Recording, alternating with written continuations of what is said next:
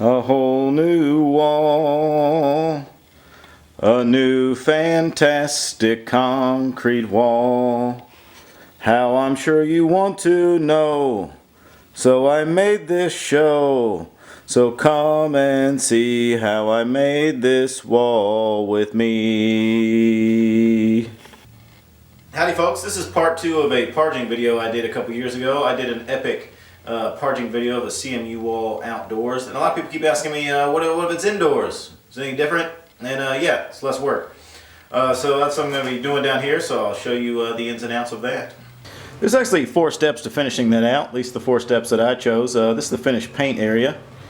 Then there's Drylok, and there's just parging. Some of you might wonder why not just do it all at one time and get it done with. Especially if you're in a space where you're living. It's convenient for me anyway to not have to move everything more than once. So I finish one area completely, put in there what's meant to be. That way I don't have to move it back and forth when you do the different stages of this, like painting and drylocking and all that. Some of you might also be wondering, why are you doing your basement when your kitchen looks like all kinds of hell? Well, because this is, one, it's none of your business. 2, the basement is, I'm a handyman, so this is my workspace, this is my office, this is how I make my money. And 2, it doesn't seem to me to make much sense to make my workspace real nice and then begin work on, to do that after I finish all the work in the house. This is where I'll be working from. This is where I spend most of my time, so I want it to be lovely. Concrete deteriorates over time. This isn't even exposed to the elements, but even on the inside it's going to start crumbling and deteriorating. It's pretty common among older houses. There's a big debate on the wall. I'm not going to get into the politics of it, but I find it quite dumb that we're debating whether it's steel or concrete. Concrete's not permanent. Look at old bridges. Concrete crumbles and falls down. I don't know why in America we like to build things to not even outlast ourselves. Yeah, if you want to be a permanent, it'd be out of big rocks. I don't really understand. Like, we knew Stonehenge is still there. The pyramids are there. Aztec temples, the Incan temples, everything. Old castles, you know why? Because they're just big rocks stacked on top of rocks. If they were concrete, they'd already be gone. But, whatever. I'm not saying build a big stone wall. I'm just saying if you want something to be permanent, things should be made out of big old rocks. That's everything. We already know that, but somehow we forget that. And concrete's not even cheaper. You could have these old, you know, it'd be good if you had like old coal miners. I got no job in West Virginia and Kentucky. They could just mine big ass rocks and they could use those rocks to build things the way people used to build them, but with modern technology. Doesn't matter if you like the president or not. If you were to build a big bridge out of stone, not concrete, that bridge will be there for 1,000 years. And nobody will remember anything, but they'll say, oh, that's the Trump bridge, and no one will know who he is. It'd be like talking about Nero or something like that. But anyway, you can use that or not, Donald. What if you do build the wall, and then all the Mexicans on the other side yell, hey, Kool-Aid, at the same time? That wall will be gone. It'd be a big waste of money. Or El Culado, some sort of Spanish version of it. And I'm just saying a concrete wall isn't a cure-all. Like, I could get through, this is a 10-inch concrete wall, and I can get through it in like 2 hours. And this is just with limited tools, with a hammer drill and a sledgehammer. If you had a gas-powered concrete saw, you'd be over it in a minute. And if you put it in a concrete wall, you'd have sort of a false sense of security. And then when someone came through this false sense of security wall that cost $20 billion, they'd be even more upset. So I'm going to do a brief dramatization of how you get through it and the effect it might have. In this, I will play a Mexican gentleman.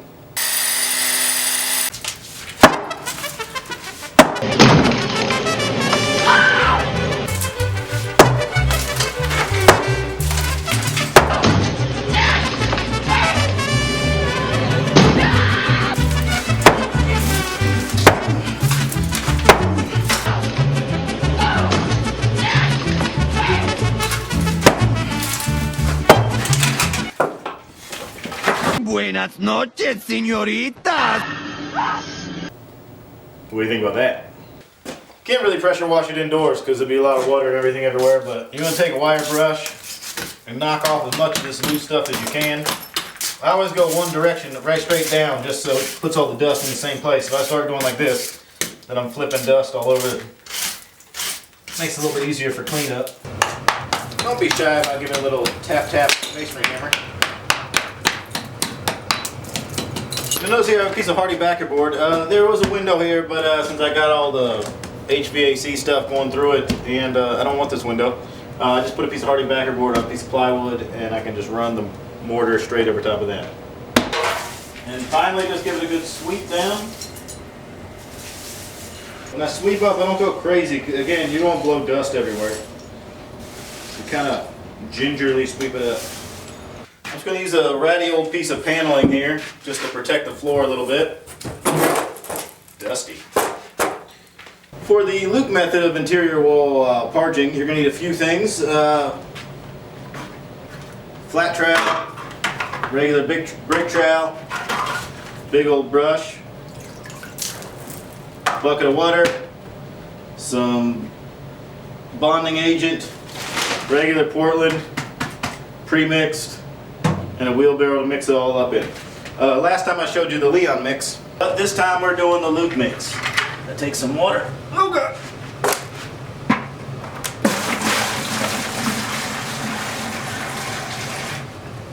About 3 inches of water in there.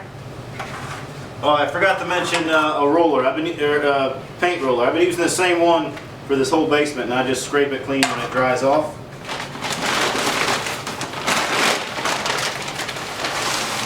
Just, I don't know, some Portland, not a lot.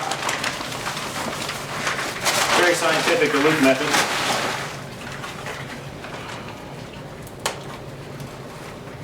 And then about 4 seconds of bonding agent.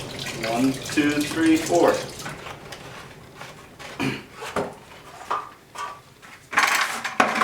You want this to be real soupy. You want that Portland to be well mixed up. Alright, then set that to the side. Top tip, I just let my mortar set up in the wheelbarrow and then just knock it out with a hammer. That's why you want to buy a metal wheelbarrow, not a plastic one. But anyway, the Kool-Aid Man, the problem with that is you build that wall and then the Mexicans yell like, hey, culado, and then the Kool-Aid Man busts through. He's going to make a hole, but he's not against border security. The Kool-Aid Man actually cares about America very much. He's usually an American drink. But more importantly, his nature is to bust through walls and get people to drink out of his head. So he busts through this wall, and then there's there's a caravan there, and they're like, hey, we tricked you, Kool-Aid Man, and he's like, oh man, what now? And then they sneak through the hole we made, and now the Kool-Aid Man's viewed as some sort of traitor to the U.S., like he doesn't care about border security, and really it's just who he is as a guy. He busts through walls, and you're setting him up for failure. It's like a catch-22 trick situation on the Kool-Aid Man. Hey, Kool-Aid! Oh yeah!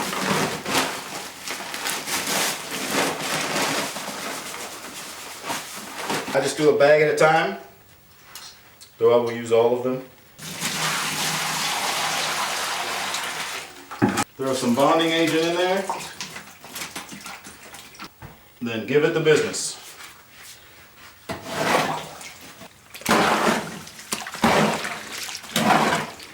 Kool-Aid's here, bringing you fun.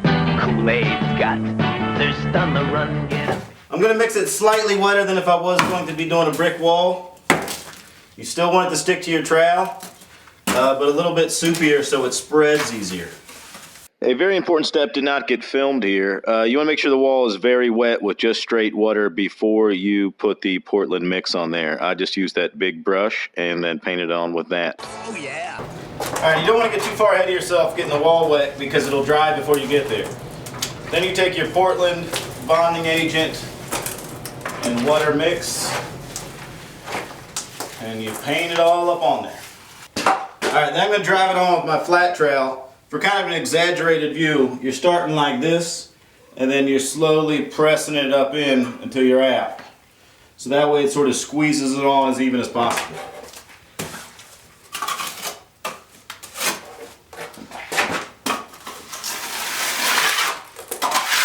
And you're going to use a lot of force when putting it on there, otherwise it's going to be all over the floor. Don't get too much, and I take about 1 inch off each side because it squeezes out. like so.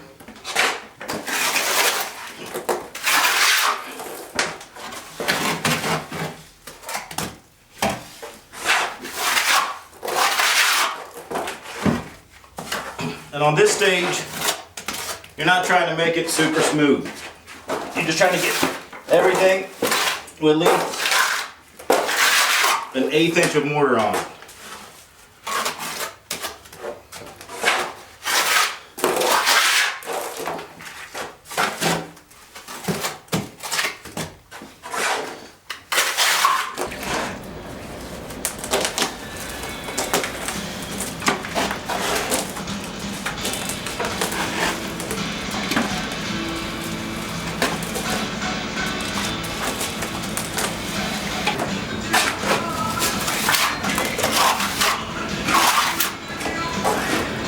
That's my fancy wall.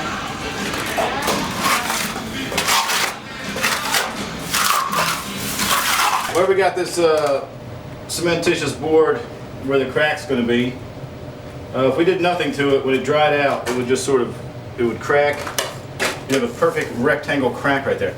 So what I got is this mesh tape. This doesn't need to be pretty, but make sure it's up in there.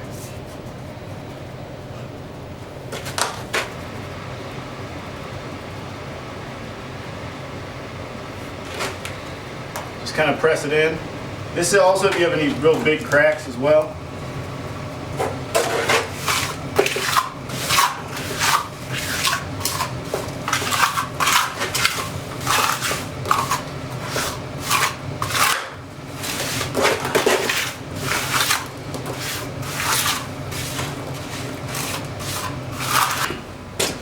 Alright, this is the old finishing maneuver. I let it set up for about 40 minutes or so.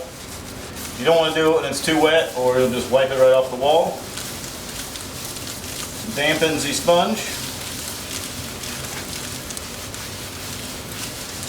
Take your time. You're going to see all these little lines from the trowel. You don't want to press so hard that you wipe it off the wall. But you want to get it wet enough that it fills in the little low spots.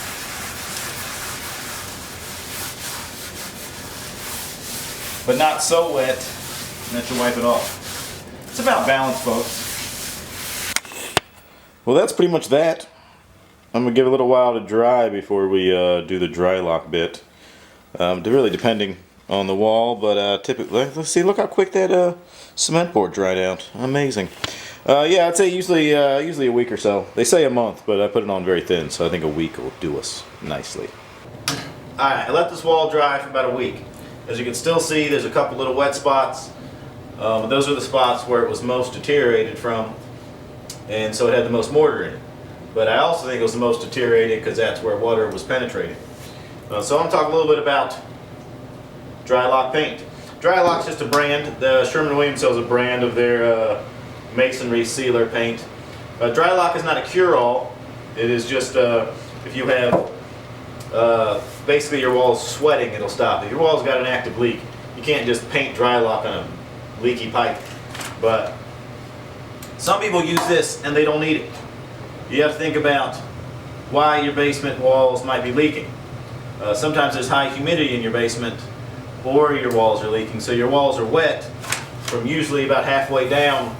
That is because of humidity in your basement, not necessarily that your walls are leaking. And a way to check that is you just take out a piece of plastic, use a piece of foil. It's a little science for you. And you tape a little, make a little square, and you put as much tape around as you can. You let that sit for 48 hours. You seal it off real well. I'm not going to do it all the way because I don't need to. And if the water's on the inside, you know you have a leak. If the water's on the outside of the plastic, you know it's humidity in your basement. If it's both, then you know you need a dehumidifier and Drylok. If it's neither, then maybe your house is haunted. I don't know. Alright, I can't reiterate enough that drywall is not a cure-all for a leak. Mainly if you have a leak, you want it to be addressed on the outside. That's the grading of your house, your gutters, maybe the parging on there. But like I said, for my situation, it's also acts as a primer for regular wall paint. And I only have minor sweating in some spots. The spots where it is wet, I'm going to leave that until I'm going to put a dehumidifier down here and put a space heater near it and let that dry off. But this is not like regular latex paint or regular painting where I would just take a roller. This, you want to make sure you jab it in so it gets on. You're going to do 2 coats no matter what, but put it on real thick. And you got to make sure you get it into all the little pits, because if you have pits without it and it sweats anyway, you've wasted all your money. Because this is about 30 bucks a can. This is just 1 coat here. If you can see how the masonry kind of sucks it up.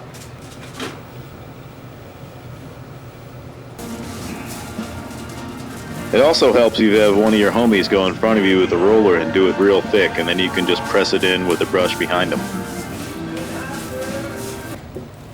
Before I get a bunch of mean comments, I actually am not opposed to the wall in some areas. I think it actually be helpful for safety. But like, let's say I was going to hire some new guys. I already had a team, and one of the guys was like a legal immigrant, and one of the other dudes on my team's like, we shouldn't hire that guy because he doesn't speak English, and we wouldn't be able to tell him what to do, how to get to the store. It'd be a pain in the ass to have to translate everything with our little dictionary all the time. I'd be like, yeah, that's a fair point. That would not be good for business. Or if he said, you can't hire that Mexican guy because he's going to rape everybody, I'd be like, wait, what? So it's really the team that wants it. Although, in some degree, I think it's a good idea. I just can't endorse your reasoning. After your second coat, walk around and look very closely for any tiny little spots where you can see gray through it. You got to do your due diligence. So if you are worried about the walls sweating a little bit, if you got little pinhole spots that you missed, you're going to get little bubbles in your paint. I'm not insanely worried about it because my grading outside is pretty good on this wall, but still, if you don't do it, it'd be like you wasted all your money on this nice Drylok paint if you haven't completed it all the way. Then you'd be looking like a real jerk, wouldn't you? Quick disclaimer, although I'm trying to speed up these bits here, you don't typically want to try to speed up the drying of mortar or concrete. You want to let nature do its thing. The longer it takes to dry, the harder it gets. But in this case, it is not the drying that is making it wet. I believe it is the exterior water, because there's a lot of rain and snow and such recently. So the mortar, I believe, is solid. It's just the leaky bits. I'm not going to do a tutorial on how to paint, but when painting masonry, you want to make sure you have a high nap roller. And I will give you this one quick tip. Get a paint pole. Like, look at the difference. Like, look at me. Oh, that's fast. When you put this bad boy on there.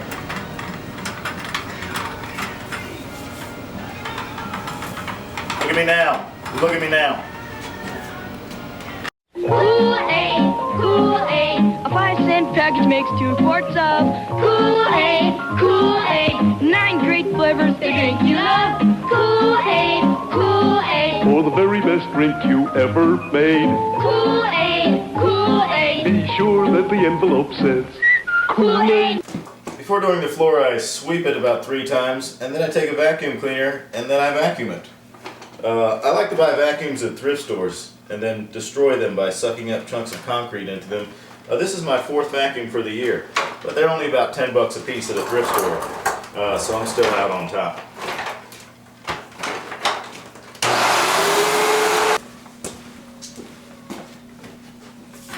For the floor, I'm using a pretty standard off-the-shelf gray urethane concrete paint.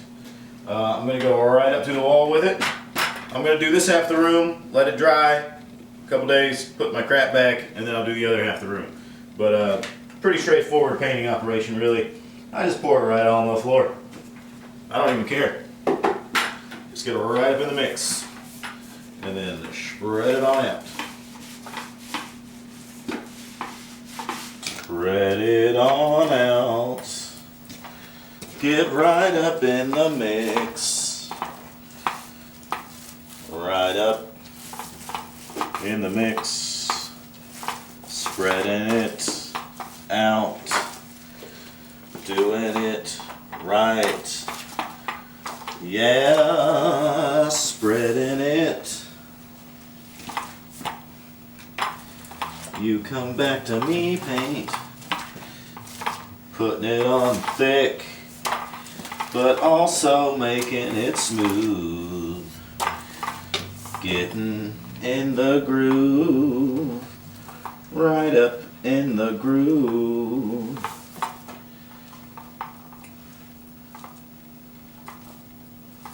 This is rubber cove base, very common in office and industrial areas. I think it's quite a good product for basements because it's rubber.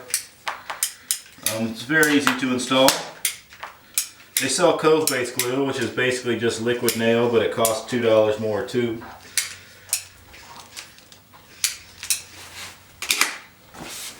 Put glue on it.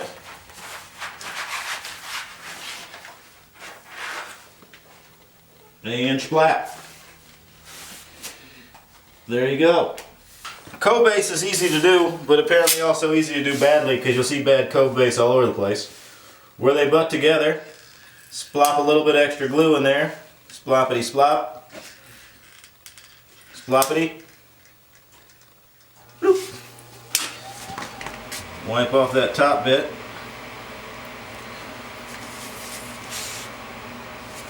Get them square.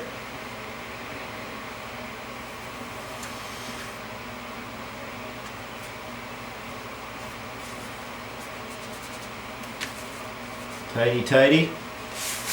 You want to get the top right and the bottom right. Not sort of right. Get them dead balls. Put a little piece of tape there. And a little piece of tape there. Once it dries, you'll be in there. Just one more quick thing on cove base. It's super easy to install, super easy to cut. Just a piece of wood and a square to the top. Whack. Cut. Super easy to do, but apparently super easy to do badly. All across this great nation, there's examples in every department store and Burger King of just poorly done cove base. It takes about 4 more seconds to do it right than it does to do it wrong. And instead, what some asshole decided to do is just make the world uglier. You had an opportunity to make the world a more beautiful place. Instead, you chose to make it crap. Let's say like you're doing I'm not doing any on this, so I can't show you in the actual instance. A lot of people do their inside corners. They just take this and they just cut the end off like that. But then you have a big 1/8 inch gap right there. Or same thing on the outside. People just do this. That's gross. That's disgusting. Disgusting. It makes me sick to see it. Same thing. Put your 45, or you get your square on there, and you just run your utility knife, get it to the end to where the little toe is, come out, zip, and you can do this number, right? Go the other way, and you leave the angle wide, and I'll show you why in a second. Down to the end, and zip. Then your outside corner, you're going to see where your angle is. It's over each one.